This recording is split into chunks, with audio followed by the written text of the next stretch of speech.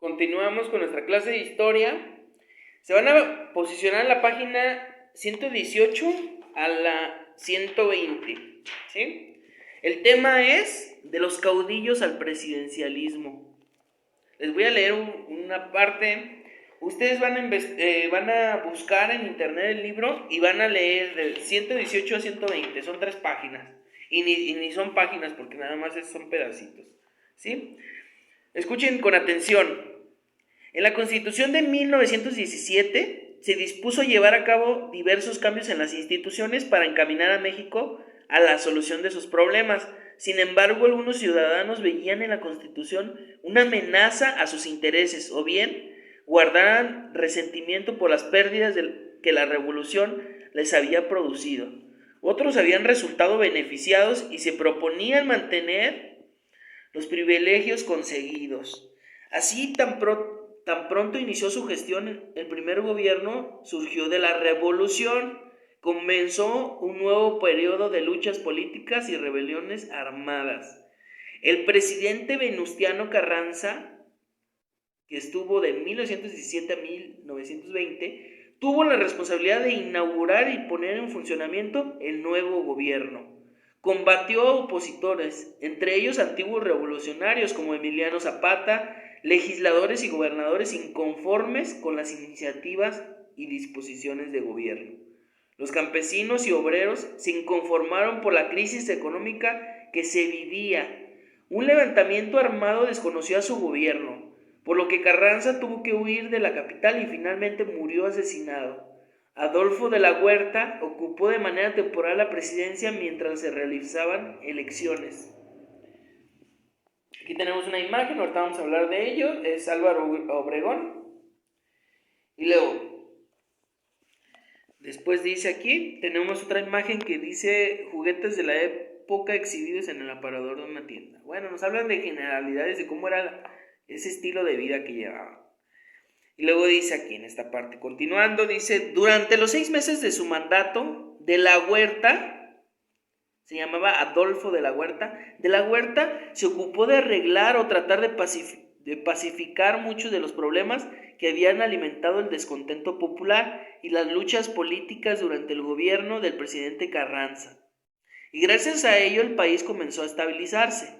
El general Álvaro Obregón fue presidente de México de 1920 a 1924. Su participación en la revolución había sido sobresaliente debido a sus grandes habilidades políticas y militares. Como presidente llevó a cabo el reparto agrario, protegió la propiedad privada, ganó el apoyo de los obreros, de los campesinos y de sus adversarios políticos. Arregló las conflictivas relacionadas con el gobierno de Estados Unidos y fundó importantes instituciones, como la CEP, fíjense, como la CEP, en 1921. Con su poder e influencia logró que sus aliados modificaran el principio constitucional de no reelección presidencial y fue electo de nuevo. Antes de tomar posesión, fue asesinado, lo que provocó una grave crisis política. Y por último, tenemos que durante su gobierno, durante su gobierno el presidente Plutarco Elías Calles, de 1924 a 1928, se propuso impulsar las reformas necesarias para que México consiguiera un mejor desarrollo económico y social. Con ese propósito creó importantes instituciones como el Banco de México en 1925 y negoció con otros gobiernos para un mayor beneficio de México en la explotación de sus recursos naturales. En los últimos 2 años de su gestión enfrentó serios problemas políticos provocados por la guerra cristera y el asesinato del presidente electo Álvaro Obregón. Después de concluir su mandato en 1928 y 1934, continuó influyendo en el gobierno a través de sus sucesores. Este periodo es conocido como el Maximato porque aunque ya no era presidente, Plutarco Elías Calles decidía sobre muchos asuntos y por eso se le conocía como el jefe máximo. Y tenemos a Plutarco Elías Calles, ¿sí?, que fue presidente a partir de 1 de diciembre de 1924. Ahora, ¿qué es lo que vamos a hacer? Fíjense nada más. Ustedes saben que en la revolución habían varios caudillos, es decir, militares o personas que se armaron para luchar a favor de los intereses del pueblo, de los campesinos, que se les devolvieran sus tierras, que los obreros tuvieran mejores derechos o privilegios en su trabajo.